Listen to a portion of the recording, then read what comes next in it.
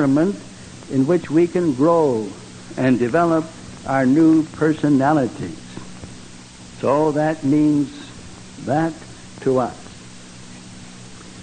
Now another thing, brothers, many don't really appreciate or realize that Satan is programming the minds of men and women and children in all parts of the earth. He knows he has but a short time, and so all his various means of communication, TV, radio, and all the publishing angles are being used to condition and to mold the minds and hearts of all mankind.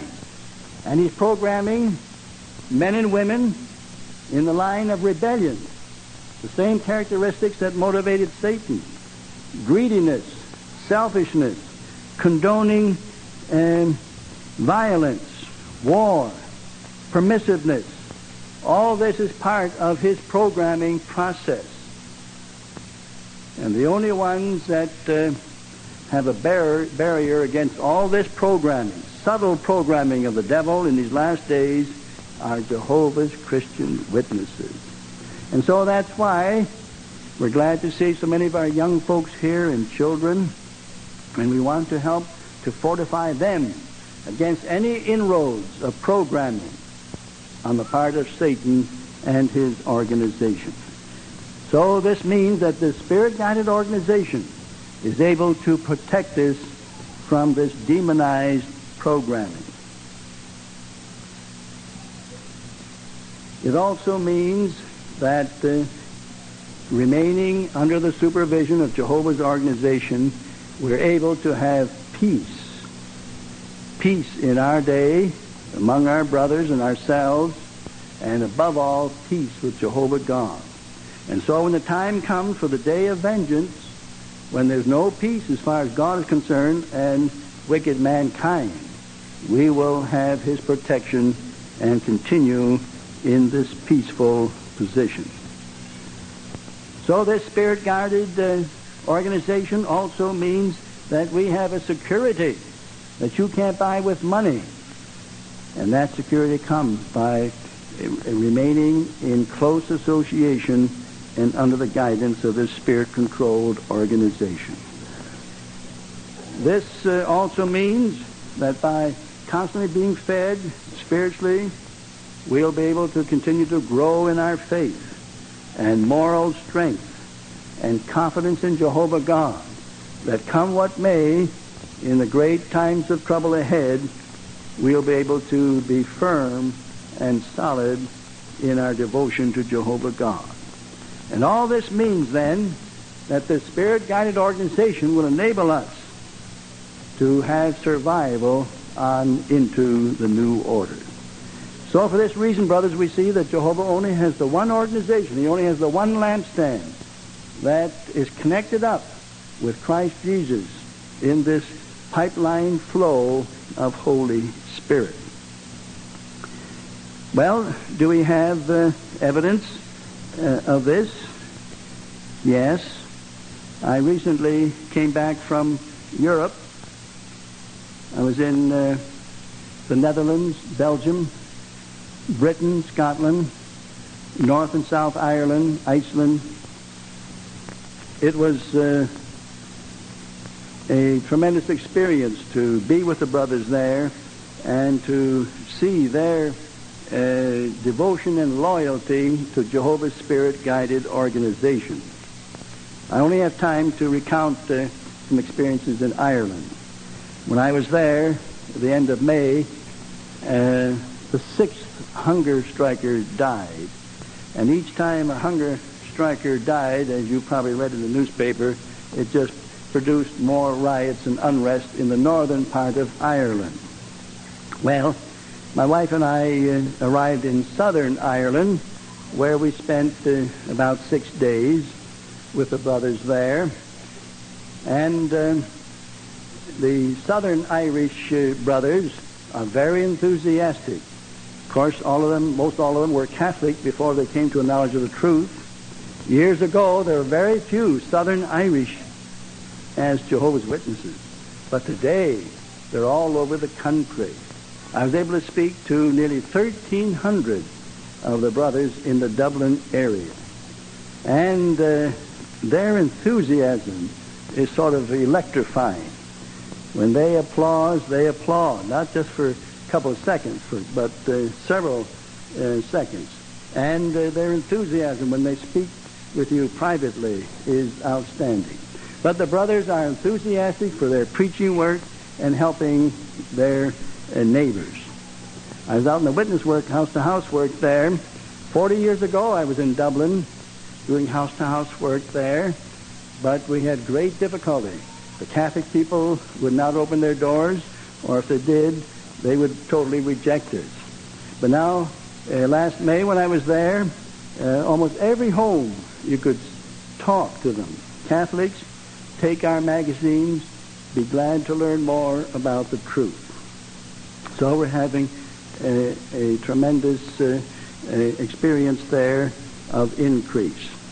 Well, then the day came for us to go north to the Northern Ireland, the Belfast area, where all the rioting takes place.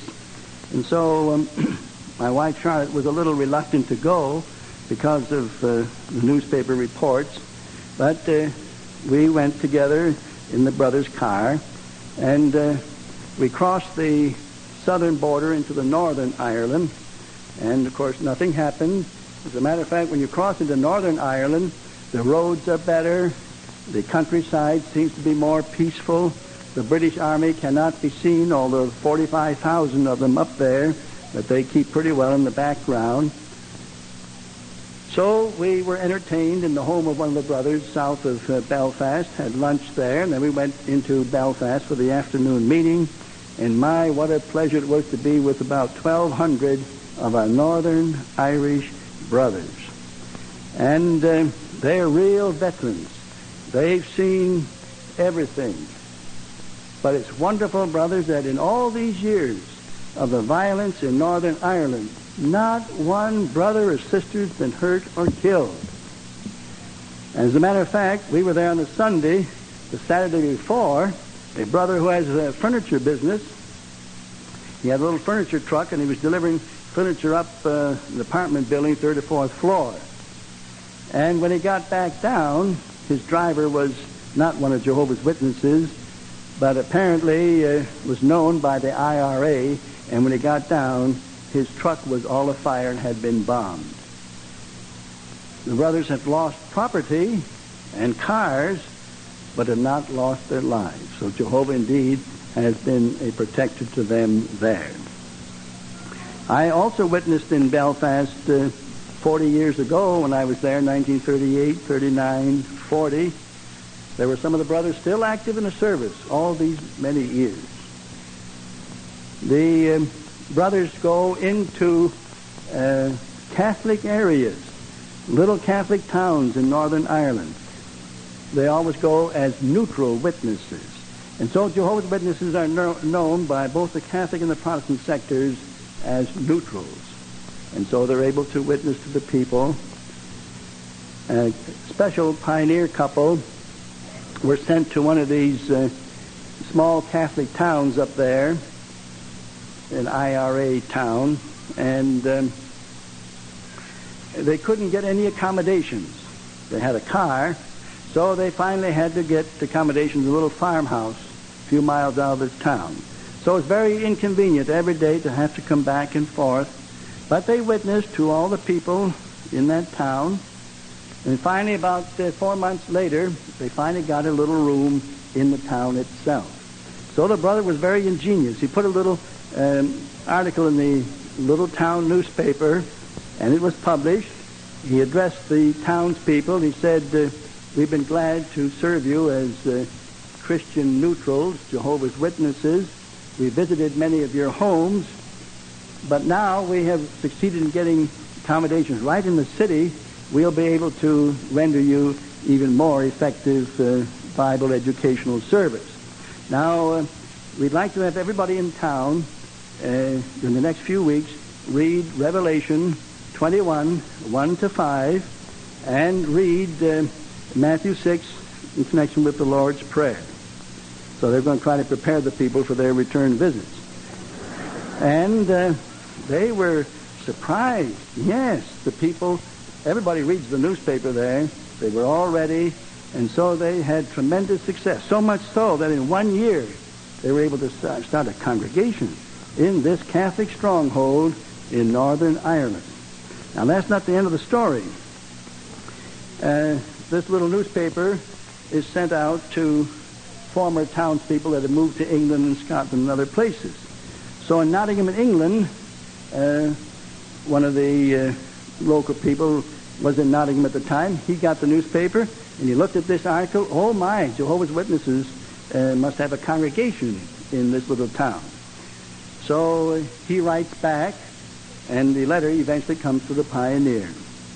Well, he didn't mention to the pioneer that he hadn't been baptized yet. So the brother wrote him back, you come home, we've got lots of work for you here. So the man did come back, but it turned out that he hadn't been baptized. He had just had a couple studies before in Nottingham, and so he had manifested interest. So he was one of the first ones in that town to get baptized and to pioneer then afterwards and to help his townspeople to come to the knowledge of the truth. And I met him at the convention or at the special talk there in Belfast. So, brothers, these are very satisfying evidences of Jehovah's Spirit-guided organization, constantly feeding our brothers. And so when you talk to the brothers in Dublin or Belfast, they talk just like you do here in Pittsburgh. We all have the same language of truth. And this is all part of the worldwide unifying effect that is taking place. Oh yes, I forgot to mention now, nothing happened up there, so my wife was a little more at ease. And so finally we came home, that is, came south, and after we crossed into Catholic Ireland to the south, my wife Charlotte heaved a sigh of relief. Now we're back in Catholic Ireland where there's no violence. Well, 5 miles later, we ran into a roadblock of the Irish Army. They had about 6 men on each side with machine guns facing us, the car. And, of course, the military man came up and checked with our driver, the brother. And fortunately, the car had a Southern Ireland license, and we checked out okay. It was rather tense for a few minutes, but we got back.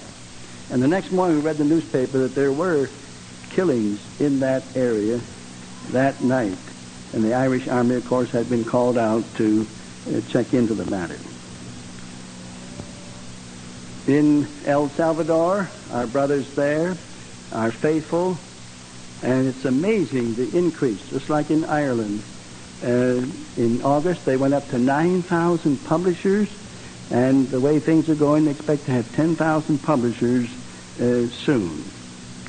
The only sad thing is, our first pioneer was killed about 4 weeks ago in El Salvador. It's been amazing how all these last few years, with all the killings and troubles in Salvador, 20 publishers in about 5 years have been killed altogether in various awkward situations.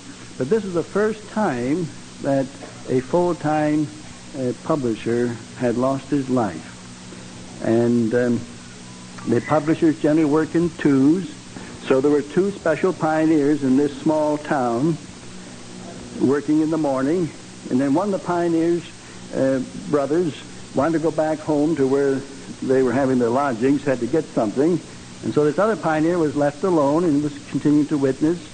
And then this other brother got the things he wanted. He was coming back, and he heard a shot in the distance, but he didn't pay any attention to it because they hear that every once in a while. So he got to where near his partner was, and there was a crowd of people, and he found that his partner had been shot, killed. So he had the heavy duty to, of course, take care of the situation, try to get some of the brothers together. But at the same time, he was clever enough to try to find out who it was that did the killing. And so some of the local people said, well, the Pentecostal preacher here hates you people, and we heard him say to the guerrillas, get that man with the green Bible. And that's just what happened. So you see, it isn't only the Catholic priests that are responsible for trouble down there, but also the Pentecostal clergy and so on. They're all part of Satan's seed, are they not, after all is said and done? But our brothers there are moving ahead, and sometimes you try to rationalize how this comes to be, but Jehovah knows best. But it could be that, you see, some of the local people think, well, why don't you just become one of Jehovah's Witnesses and you don't have to worry about being killed down here? Sort of being superstitious about it. But now you see, when they hear every once in a while that here's a full-time worker that was killed and another here and there, then they're not going to reason that way. So only those who really have true love and devotion for Jehovah and a real interest in the truth are the ones that are going to come along and be part of Jehovah's wonderful organization. Well, brothers, we appreciate then all that Jehovah is doing for us, and his wonderful light-bearing organization is like a beacon, and it's shining in a darkened world, and the world's getting darker all the time, is it not? Brother Petzinger just came back from Germany a few days ago, and he told us that the war scare in Germany is very great. And many of the people feel that it's only a short time before World War III will be a reality, and they're, of course, in between the King of the North and the King of the South, and they'll be getting a crushing blow. And in other parts of the earth, it's so dark, people think that war may break out. Well, we'll have to wait and see. Even this country is talking about a limited nuclear war, as if something could be settled just in a limited way. But as far as Jehovah's people are concerned, we needn't worry. We're going to go ahead with our wonderful work, because we know from the Scriptures this good news of the kingdom must be preached. And when our work is finished, then the fireworks can begin. Is that right? That is the great fireworks of the Great Tribulation. So, brothers, it's been good to be with you here. May you keep enjoying your wonderful work here in Pittsburgh. There's nothing like the preaching work at the present time, house-to-house service, return visits, Bible studies. The traveling overseers have been attending a 5-day school here, and we feel with the further training and interesting things that we brought to their attention, that they will be enthusiastically bringing some of these good things to your attention, and all this will help to move forward the great preaching work. So may Jehovah bless you, your families, your congregations, as you follow the leadership of Jesus Christ right on through into the new order. Thank you.